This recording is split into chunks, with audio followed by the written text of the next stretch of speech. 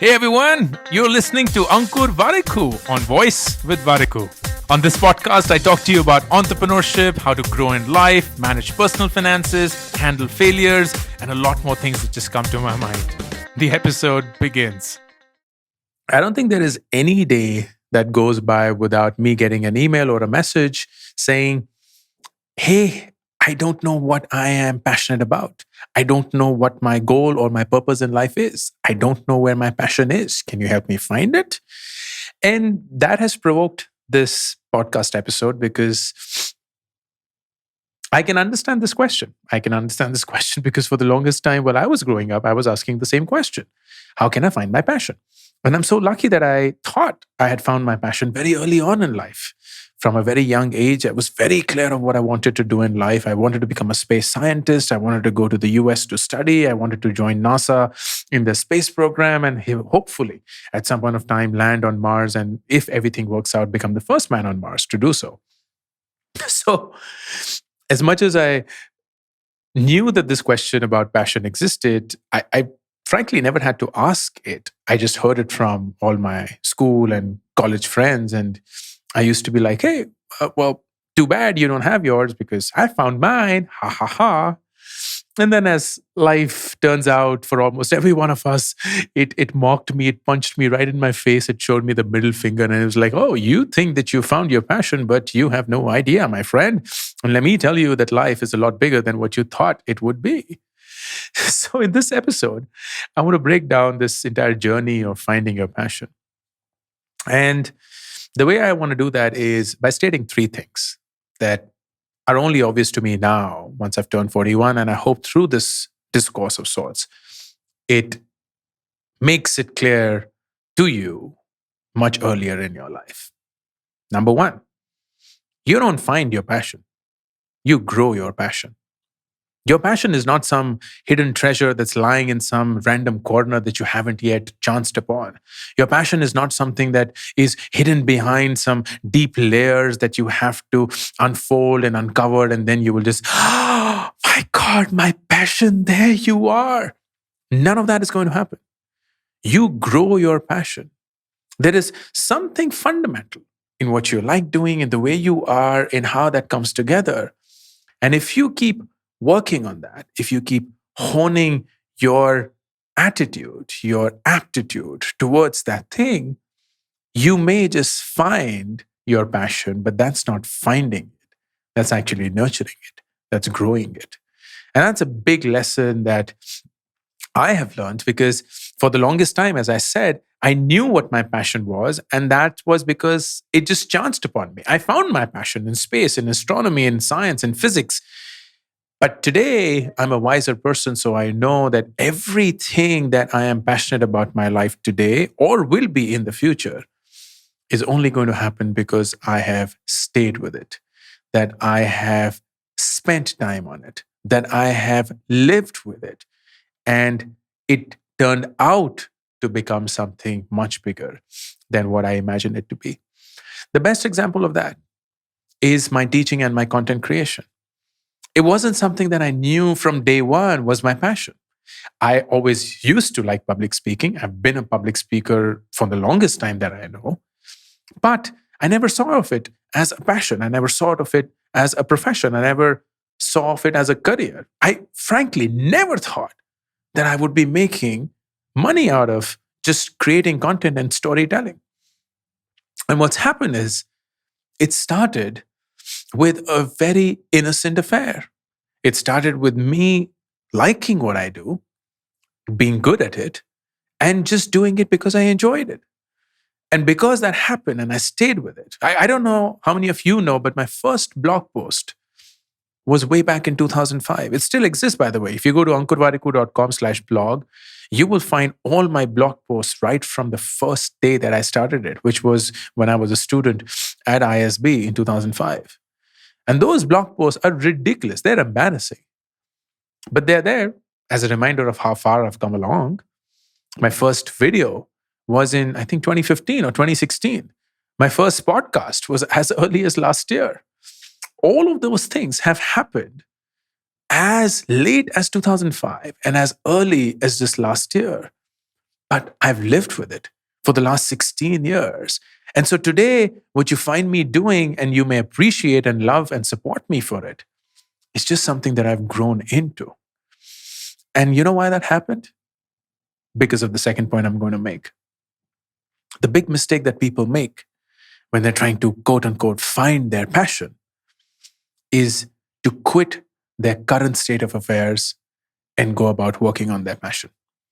You find someone disgruntled in their job or in their college or whatever is it that they hate doing, and they'll be like, oh, I have to quit all of that and find my passion, because that's what the world will tell you. They will say, quit whatever you're doing and go and find your passion. Go and live your life.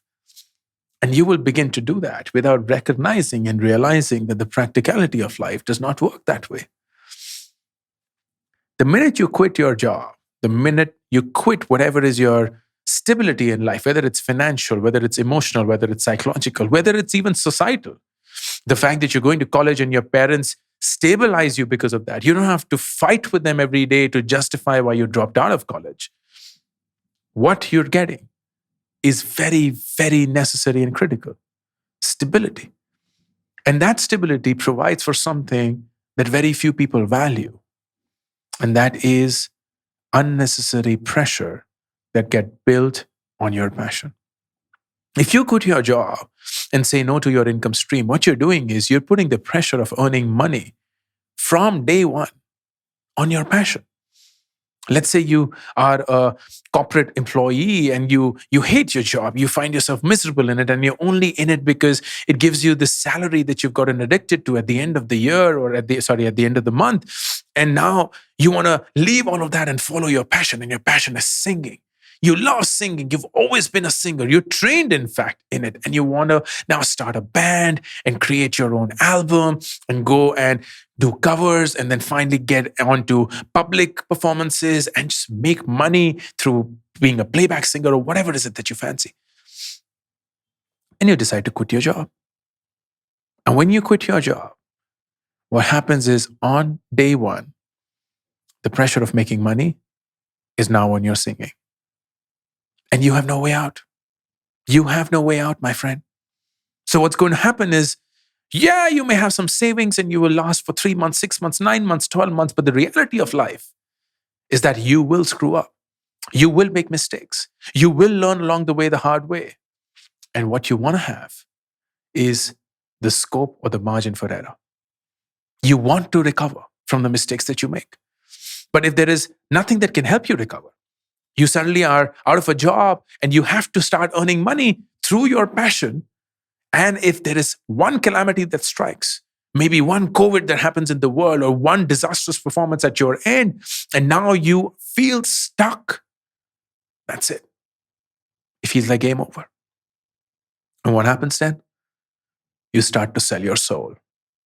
You start to sell your soul.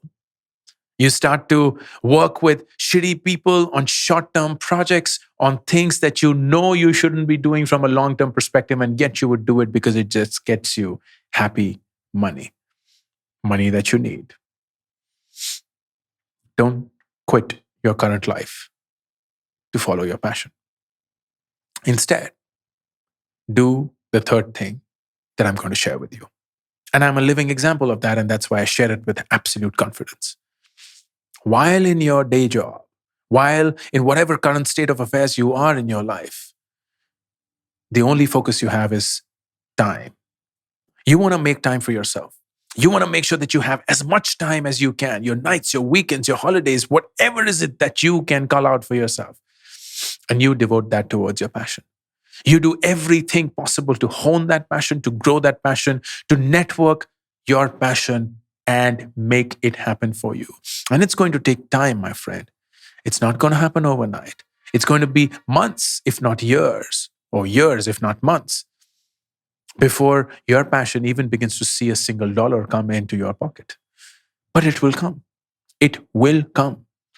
And when it does, you know that you've taken the first step towards monetizing your passion, towards making it your career and not just your passion.